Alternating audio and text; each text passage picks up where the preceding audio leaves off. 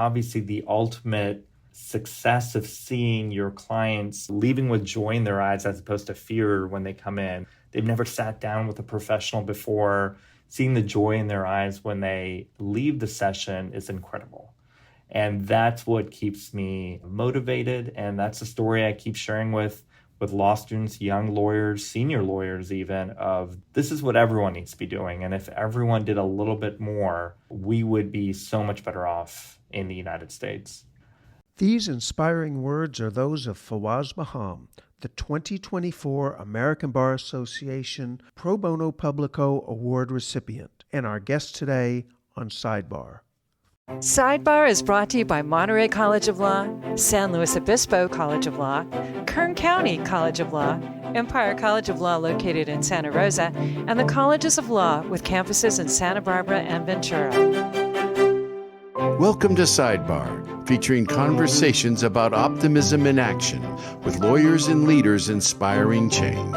And now your co-hosts, Jackie Gardina and Mitch Winnick.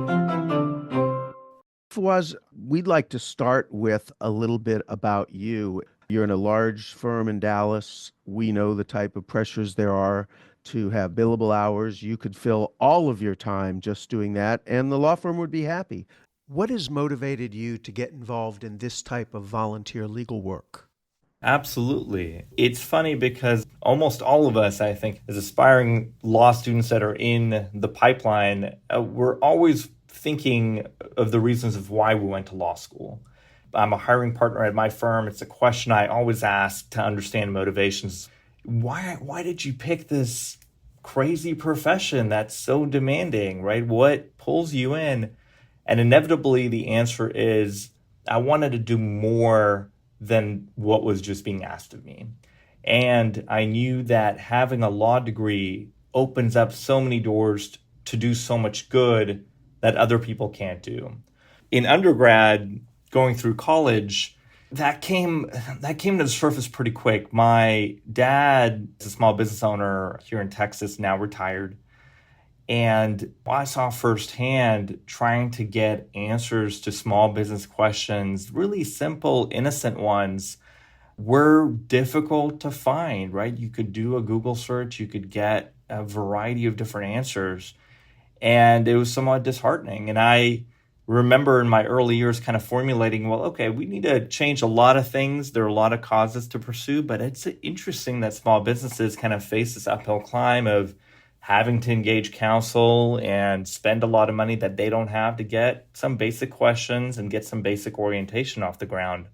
So really, when I got into law school, devoted some time to getting pretty decent in my studies and graduating, one of the top criteria of figuring out where I was going to practice, and part of my summer associate experience as well, was trying to find a home where I could cultivate that need, that desire to go out in the community and actually affect change, right, in a variety of different causes.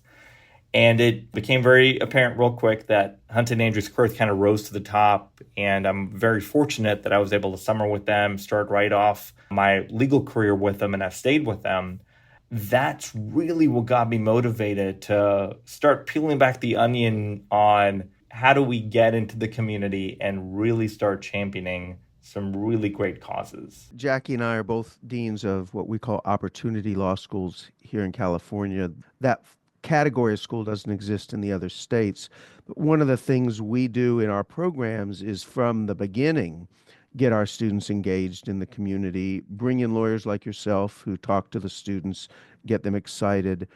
Since ours are evening programs and the students are working during the day, it's even harder for them to find that opportunity, and yet they do, which is really very, very heartening. And Jackie's story is, I suspect, not all that unlike yours. Jackie, you got engaged very early in public service. I was thinking when you were talking, Fawaz, about all the personal statements I read about want to be attorneys, the applicants to the law school, and inevitably the story involves some intersection in their early lives with the legal system or the court system that was either incredibly positive and they want to emulate that, or it was negative and they want to make sure it's not repeated or that they can do it differently than how they experienced it.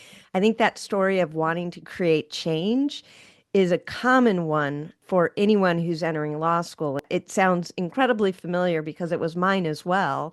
I wanted the tools to make systemic change and not just individual change. The law provides that particular piece. And what you've been doing in Dallas is an example of really creating systemic change while you're also affecting individuals. And for us, I'd like to just focus on that for just a minute. I suspect most people don't think of small business owners when we think of this kind of large umbrella of access to justice and access to the law. We almost always narrow in directly on criminal law and individual rights. Talk a little more about your experience of business owners, because that's a lot of our audience are folks who serve business owners and are small business owners, and why that seems so important to you. You are absolutely right, Mitch. I mean, what's interesting there is when I got started with the firm pretty early on, you want to get some exposure to a variety of different pro bono work. So I started volunteering at intake clinics.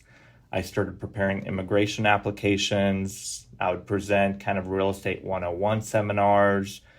And quickly, that's how I started formulating, well, how do we get in touch with these small business owners and what do they actually need? So in 2014, we were able to partner up with a community partner that helps small businesses and rising entrepreneurs try to navigate a variety of questions that they have, such as, what entity formation should I be looking at? Right? What is the difference between a corporation and LLC? For an experienced lawyer, that's a very easy answer to give back and kind of break it down. But for a small business owner, rising entrepreneur, it feels like night and day. And it feels like a choke point almost of, I don't know, am I going to make the wrong decision? If my decision today, is that going to come back to bite me in 5 years? How do I go about hiring my first employee? What is the tax structure that I'm going to now have to abide by because I am a small business owner? Most people don't realize this, but we've all kind of heard the stats of how there's only a finite amount of small businesses that actually survive 3 years, 5 years, 10 years into the future. So they really don't have the capital to spend on hiring a team of lawyers, sitting down and someone coming up with a pristine business plan. A lot of businesses are kind of built overnight on an idea and it starts to spring forward. And before you know it, you've kind of forgotten about the legal implications and you're just doing what business owners love, which is devoting time to the cause and taking care of the mission that they've come up with, but not paying much attention to the other items that quickly start to catch them up. And that's ultimately, in so many situations that we would run into, the thing that would bring them down. That, okay, well, the IRS is knocking on my door. The employee that I hired is asking for documentation that I am just not certain of anymore. I had handshake agreements with a bunch of vendors that are now reneging on their commitments, and that's jeopardizing my business. So we really were able to get a good insight into the real realities of so many different businesses and what they are struggling with. And so in 2014, when we got started, we started small, and we've slowly over time grown that to a clinic that doesn't have a per se income threshold requirement to come sit down with an attorney. You can sit down for a 15, 20-minute session. You can bring documents to the intake session. The attorneys that are volunteering their time are trained as general practitioners that can advise and start talking and brainstorming with the business owner right then and there about this is what you should be thinking of. You actually do need a tax attorney expertise, so you need to go over here, or you need a corporate attorney, you need to go over here. And that's invaluable for these business owners because they finally feel like they have direction and they're just not seemingly Googling away to find answers that are not applicable because then they're in the wrong jurisdiction, the wrong state. There's an exception that they didn't realize that applies that they're relying too heavily on. So these are the items that we saw firsthand, and it's been a wonderful experience to try to help them along this journey. Do you have a particular experience that stands out for you as this is why I started this? There are so many. There are so many stories in that small business clinic sessions that we did, all the way from a truck owner that was told by a friend of a friend that every time you buy a new truck for your trucking business, you need to form a different company and you need to have series LLCs and you need to hire this really big law firm to come in and advise you on structuring. Nothing could have been further from the truth to get him off the ground on buying his first truck and thinking about, okay, oh, I can think about independent contractors. It was a foreign concept to him. We also had a farmer that had bought some land close by because they're small business owners too, and really was struggling trying to figure out how to build on that land, how to build barns, how to build and store equipment, and to navigate the zoning process and set up an entity to actually hold title. And same thing, we broke it down into really small, easy steps where he could finally understand the bigger picture and he could make the calls on, you know what, that is risk I'm willing to live with, not a problem. No, I see it here now. I need to go get some expert advice on future development needs. So I do need to hire a zoning lawyer to revamp some of the parcels that I might be able to sell out later on. So just incredible stories of so many hardworking folks in our community. It's been great. Well, let me ask a similar question. I suspect that some of the young law students or young lawyers who volunteer in this clinic might get an aha moment and say, wait a minute, I never thought about practicing this area of law, and then it changed the direction of their careers. Have you had that experience as well? We have. We've had some great law students tag along with us, shadow us. We highly encourage that. The idea is for them to get exposure so they're comfortable seeing what lawyers do best, which is navigate, issue spot, send counsel our clients to better outcomes. And we have seen several law students come through that said, I was thinking about IP law, I was thinking about bankruptcy law, but the fun is what I will say, the fun that they were having engaging with real people struggling with real problems and seeing that, wow, this is a need that's still apparent in every community across the United States, right? Because the drive to create businesses is hopefully never going away. So there is an absolute need for great lawyers, great law students that turn into great lawyers to help plug this gap, whether it be on a pro bono basis, which we hope on several occasions, but also in a professional billing setting of once you gain trust with a client, they might come to you for advice of who would you recommend for this particular area of law that I'm struggling with or this aspect, and you might be a great referral source for your colleagues, for your law student neighbors sitting next to you. So it's really opened a lot of eyes for so many law students that have come through our program. I just want to focus on something specific that you did that I think is remarkable, not just starting the clinic, but what happened during COVID. We talk about small businesses as being the backbone of the U.S. economy, and I think you've highlighted something that I'm not sure is evident to everyone when they walk into that small independently owned business, which is they have to work their way through a Byzantine set of laws, from wage and hour laws to environmental laws, maybe to zoning and permitting and all of that, often without any resources to make that happen. So your clinic is essential as a starting place for many of those people. But COVID hits, and it hits small businesses really hard. And it also means that your clinic, which was in person, wasn't going to be operational. So tell a story about how you responded to that bump in the road. That's an incredible story. We all survived through this joint experience of the pandemic.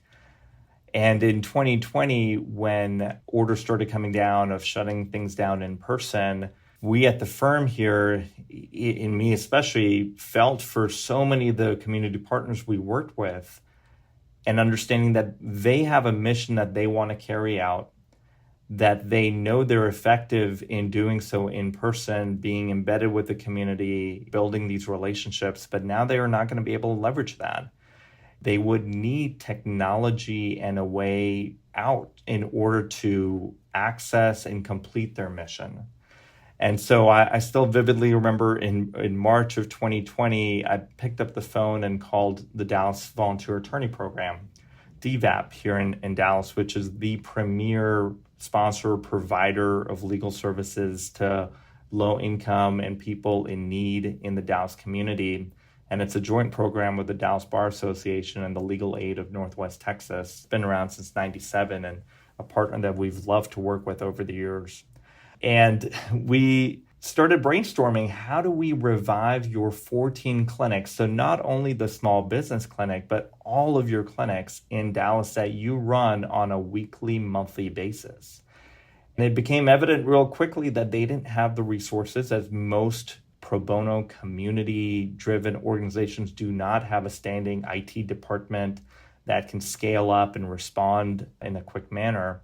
I took it upon myself. We got a team together here at the firm with engineers, staff, other associates that were interested in helping, and really brainstormed, okay, how do we replicate the entire in-person clinic experience from start to finish, make it seamless, make it even more efficient, and make it organized that it can actually be scaled. And within, I kid you not, within a couple of weeks, we had the first iteration of the platform live, and it was being tested. Hunton, Andrews Kurth, again, sponsored the first several of them exclusively to make sure we could work out all the kinks and get the system up and running. Fast forward to today, we've held over 300 virtual clinics. We've held one virtual clinic session every week since April 2020. We have processed over 20,000 applications. We opened up the servicing of the clinic to the rest of the Dallas Bar Association, which is about 11,000 members. And we had 40 different law firms, legal organizations, in-house counsel groups raise their hands and say, we want to be a part of this. We want to be able to volunteer and devote time to this wonderful cause. So even as we sit here today, coming out of the pandemic, the virtual clinic platform has been incredibly successful and really is serving as a model for so many other communities to replicate, because it solves so many pain points on delivering access to justice and leveling the playing field for so many. And it's been a wonderful thing to be part of, and an incredible journey again with our amazing community partners. Just so I can understand, because it's an amazing origin story, did you guys create a unique platform for the clinics? You're 100% right. It's unique in that the entire system is unique. The components obviously are accessible, they're open source, they can be put together. But coming up with the entire process from start to finish of what the application looks like, the disclaimers that need to be collected, the income verification thresholds that have to be met as part of an in-person clinic, as well as the note-taking and aggregating the data back to the host community partner.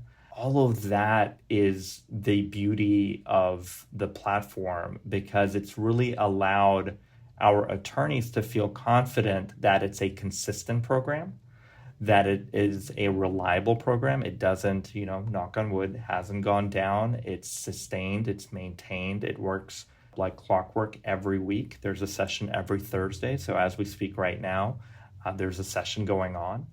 The attorneys that are volunteering are trained up, so they're delivering consistent experiences to the clients, which is also important, because clients will come back and they've confirmed for us the experience is identical, the consistency is there. So we're building this unit of trust with the community to say, this is exactly how it's organized, and this is how it will be organized. It's been a wonderful platform to see grow over time.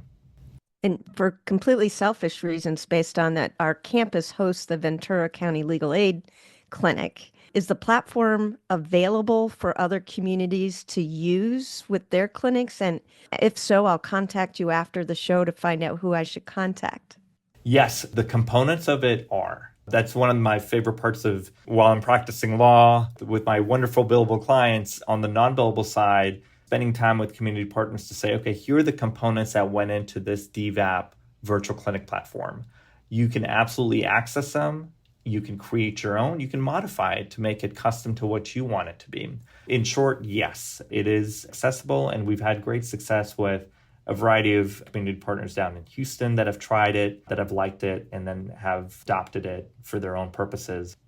Jackie may be the first call. We'll be the second call because we have 11 community clinics, but we've never really focused on small businesses. That's always the hardest thing to reach out and get, and particularly in small agricultural communities that make up both the counties that Jackie's school serves and ours as well. On that theme, let me ask you, if I'm a lawyer listening to the story and I think, oh, that's great, but Fawaz had a large law firm that was already inclined to support his efforts, it sounds overwhelming. Maybe the success is even more frightening, that if I start this, what happens if it goes through the roof and now I've got all of these people and I'm a small firm or a solo? What would you say to those who have the heart and desire to do it, but they're just afraid of the mechanics of launching something like this? Very good question. Incrementalism is your friend, is what I would say first. And second, we would not have been able to do any of this if we didn't devote time to understanding community partners that we've worked with for years and building those relationships and understanding what their needs are and how they are going to service their mission and how we can assist them in servicing that mission. For all the small business lawyers out there, for lawyers that want to get more involved, that don't know if they have the resources to, my message is sync up, connect with the larger community of lawyers, even if they're not at your firm, and the community partners and the nonprofits that are working in your community right now, because they've got great systems in place, great relationships in place. They're more than happy to connect the dots and get you in touch with other like-minded folks. So it doesn't have to feel like it's on one person, on one group. You can fundraise for resources. You can absolutely hit up for different sponsors. There's plenty of desire out there to help. What's lacking is people picking up the mantle and saying, I might not know everything, and this is uncharted territory, but I'm going to take the first step and then the next step and the next step. And believe it or not, the path will kind of unveil itself to you. You might have some starts and stops, but that's completely great to have as part of your journey. And you'll be surprised how many people want to come along with you and add in whichever way they can to the success of what you're trying to build. That's what's kept me going, because it is a lot of work. But the amazing partnership with so many people has been the best part of it. And then obviously the ultimate success of seeing your clients leaving with joy in their eyes as opposed to fear when they come in, of not knowing what questions to ask. They've never sat down with a professional before. They come suited and booted sometimes, ready with all documents in hand because they take this so seriously. Seeing the joy in their eyes when they leave the session is incredible. And that's what keeps me motivated. And that's the story I keep sharing with law students, young lawyers, senior lawyers even, of this is what everyone needs to be doing. And if everyone did a little bit more, we would be so much better off in the United States.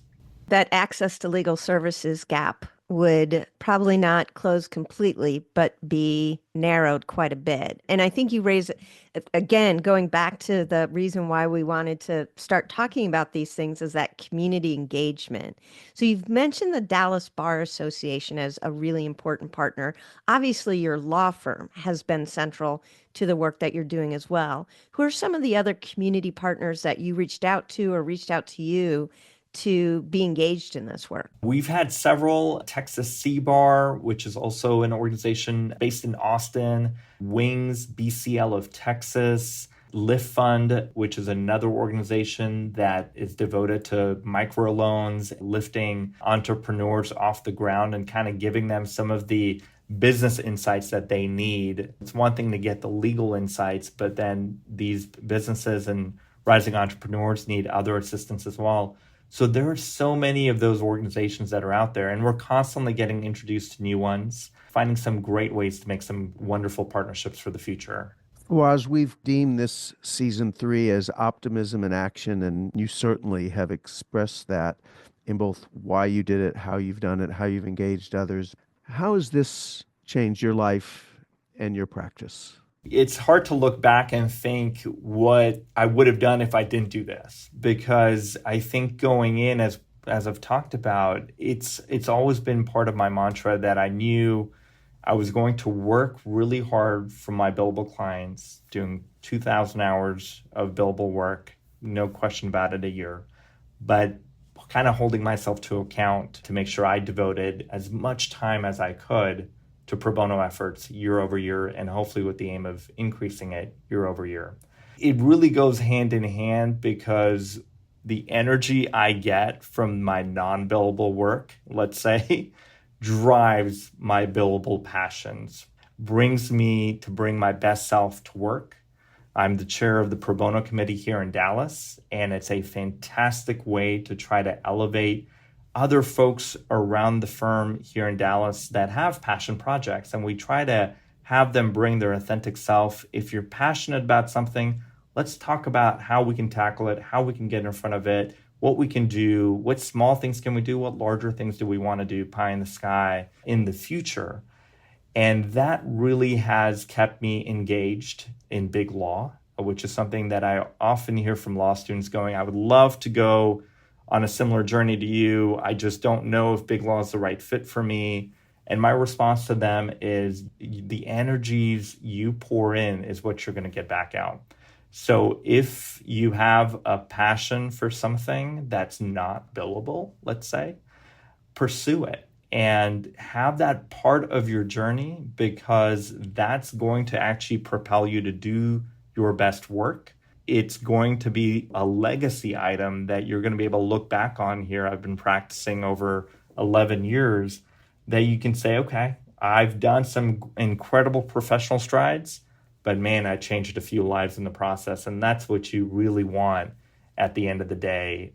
Waz, that is just a perfect message to end on. And so I think you've met the goal of sending the next season of our podcast, Optimism in Action, off to a really good start. Thank you for coming and sharing your story with us. Fantastic. I'm so glad. Fawaz, thanks for what you're doing, both you personally and the work with the Dallas Volunteer Attorney Project. And congratulations on the recognition with the ABA Pro Bono of the Year Award. Clearly well-deserved. Thank you so very much again for having me and for really shedding light on one of very many stories that I'm looking forward to hearing.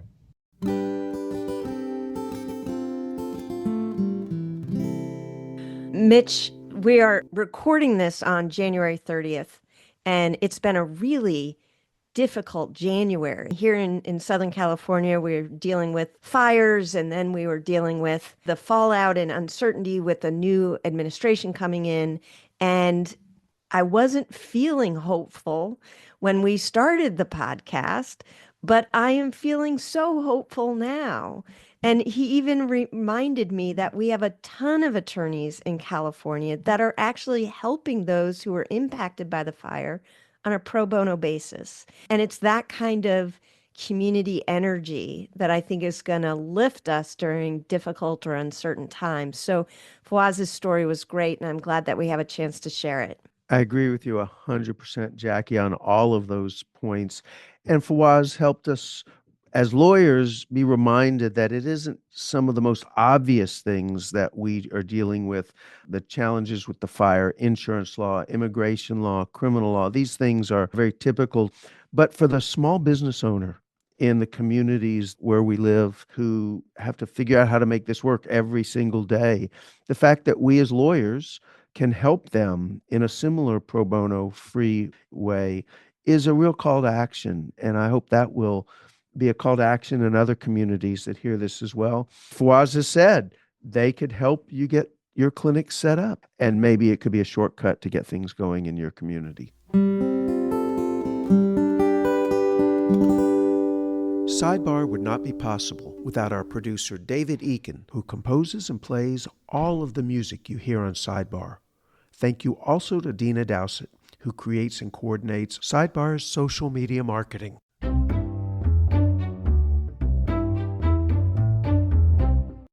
Colleges of Law and Monterey College of Law are part of a larger organization called California Accredited Law Schools. All of our schools are dedicated to providing access and opportunity to a legal education to marginalized communities. For more information about the California Accredited Law Schools, go to calawschools.org. That's calawschools.org.